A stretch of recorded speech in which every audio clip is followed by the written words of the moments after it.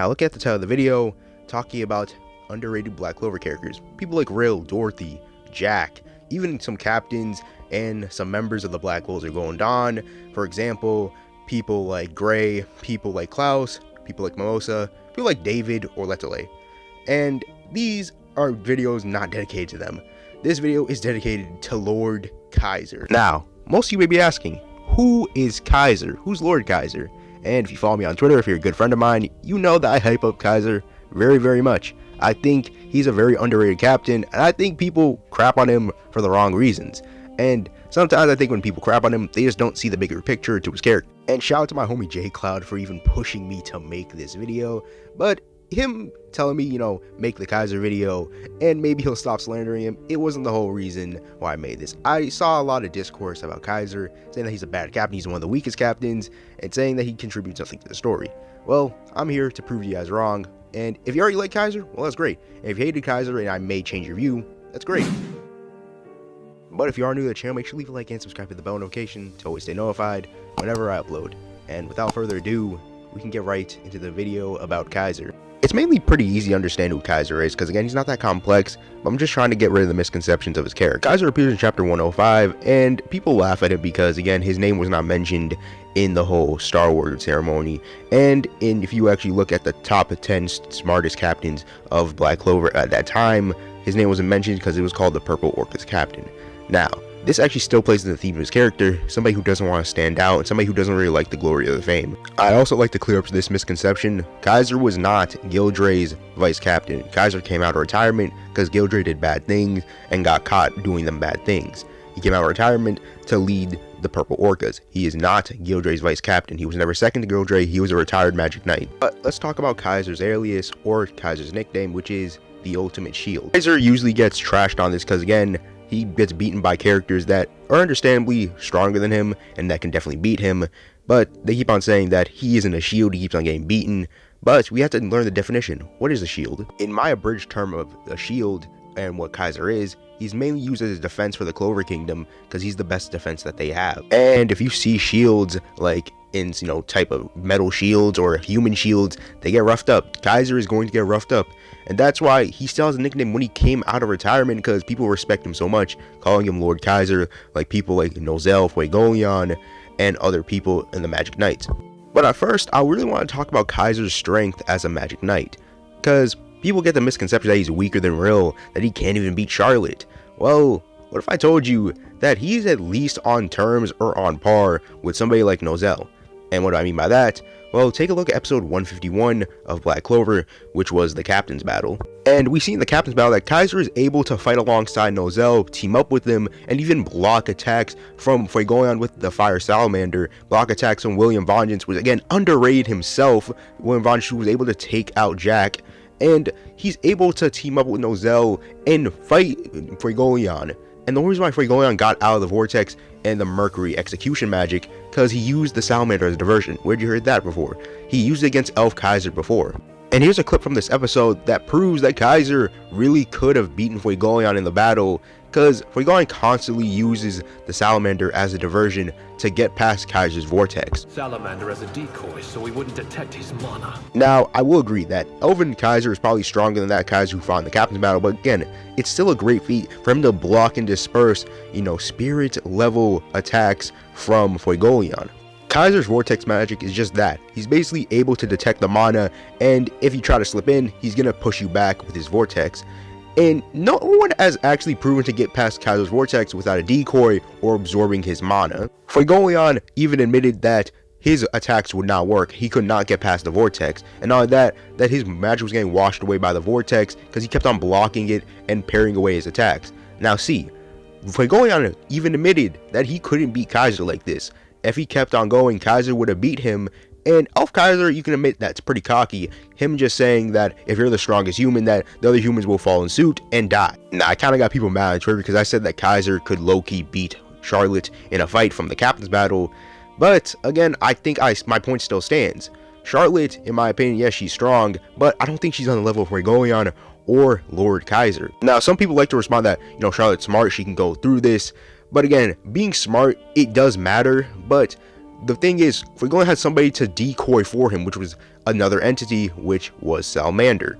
Now, Charlotte does not have that, and Kaiser could just continue blocking her and blocking her away until she is like, completely drained and her mana is gone, and just completely finish her off. Not only that, him with the Vortex magic could just continue pushing her back and continue throwing attacks at her and to wear her down. Now, people have been saying that Charlotte isn't weak to wind magic, but again, I don't think it matters because Kaiser should be weak to fire magic because wind just increases fire strength and the size. So shouldn't Kaiser be weak to Fuegoleon?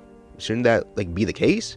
We shouldn't be making the excuses when Kaiser had the same handicap against Fuegoleon because his magic is wind based. Again, not trying to downplay Charlotte here, I'm just saying Kaiser would win the fight, and I think Kaiser is not getting enough credit because I think he's at least equal or just a little bit below somebody like Nozel, but again, that's a discussion for another day, because I think Kaiser is at least on Nozel's level. Now, I will admit to RTL that Kaiser is somebody you can scale people to, because his character isn't supposed to be that complex. He's supposed to be scaled to by, people like Fuegoleon, which again, not bad. Kaiser is being scaled to people like Fuegoleon, people who could be Wizard King, and Kaiser is doing this at age 50. Think about it. Kaiser's mana, Kaiser should be getting weaker by now, but Kaiser's still putting in work, and I believe that he could beat Charlotte, Rill, and some other captains in fights. But again, we can talk about that in a different day. Kaiser is a beast, an underrated beast, but since he loses, he gets invalidated. Now, I'd like to defend why Kaiser didn't go to the Spade Kingdom. I think it's pretty obvious because his name, he's the ultimate defense, the ultimate shield. Why bring all captains to the battle when the Clover Kingdom would be defenseless? They need to have one more captain there. You could just say Rill could have stayed back, but again, think about it. Kaiser's 51 years old. He's not going to put in that much work because again, he's going to tire out or, get injured. He's an old man, he has a wife, he has his whole life ahead of him, so he doesn't need to risk his life, to just waste it and just leave his wife alone. Now, saying that Kaiser, is weak and Seke went before him is because Kaiser probably didn't want to go because again, ultimate shield. He can stay here and protect the Clover Kingdom. One captain must stay here to protect them. And it just shows some of you guys are just terrible tacticians, because would you send your greatest military forces, like all of them, and leave your whole, kingdom defenseless? No, you leave one of them or leave a strong defense force that could possibly defeat the people that you're beating if they try to invade. So again, that doesn't make Kaiser weak, that just makes him more important to this arc. I want to defend Kaiser in his L against the Ancient Demon because I feel like it's justified that he lost. Kaiser was able to stop the Ancient Demon in its tracks while it's still rampaging. Look, if Kaiser doesn't exist, the Ancient Demon destroys most of the Clover Kingdom. Kaiser was able to push it back with his Vortex, hold it down, hold it still with the Purple Orcas. And I will get into the character development of the Purple Orcas real quick after this. But Kaiser was able to do this, even though his mana was getting absorbed. Any captain would lose against this Ancient Demon. Jack, people like Charlotte, you guys have been hyping up Charlotte. Yes, she would lose against this Ancient Demon. Rill, probably Dorothy, people like Fuegoleon, people like Nozel, they would lose to this Ancient Demon. It's like the same theme of the whole fight. Mana is everything, magic is everything. But the antithesis to mana and magic was Asta, anti-magic. He doesn't have it, and he has anti-magic, which could just cut through the Ancient Demon like butter. So this was Asta's win, not Kaiser's. Now, like I said in the beginning of the video, Kaiser's character is not that complex to understand, but there are parallels between Kaiser and Gildre. Now, let's start off with the end of the Elf arc. Kaiser in the anime even said that he was willing to give up his job as a Magic Knight captain because he couldn't face his old team because what he did. Kaiser was elf possessed, even though it wasn't his fault. He still felt guilty. He was supposed to lead these people, and he attacked them, not from his own free control, but he felt like he still had a part in it. Now, let's take Gildre, for example. If Gildre turned into an elf and hurt his own people, I don't think he would care because we already know he doesn't care, and we already seen the Purple Orcas go down dark paths. Somebody like, Revechi, somebody like, Rades. Those are people from the Purple Orcas who went down a dark path. And the Purple Orcas have been known to be shady. They've even killed their own, members of their Magic Knight squad. And now we get a new Magic Knight captain, which is Lord Kaiser. Kaiser is known as somebody who doesn't like to stand out, but the only reason he took this captain job because of the sake of his subordinates. They needed him. Fuegoleon in chapter 192 even admitted that Kaiser was the ideal Magic Knight captain. He's kind-hearted and he has people waiting for him, which are the Purple Orcas. He did not need to change as a character.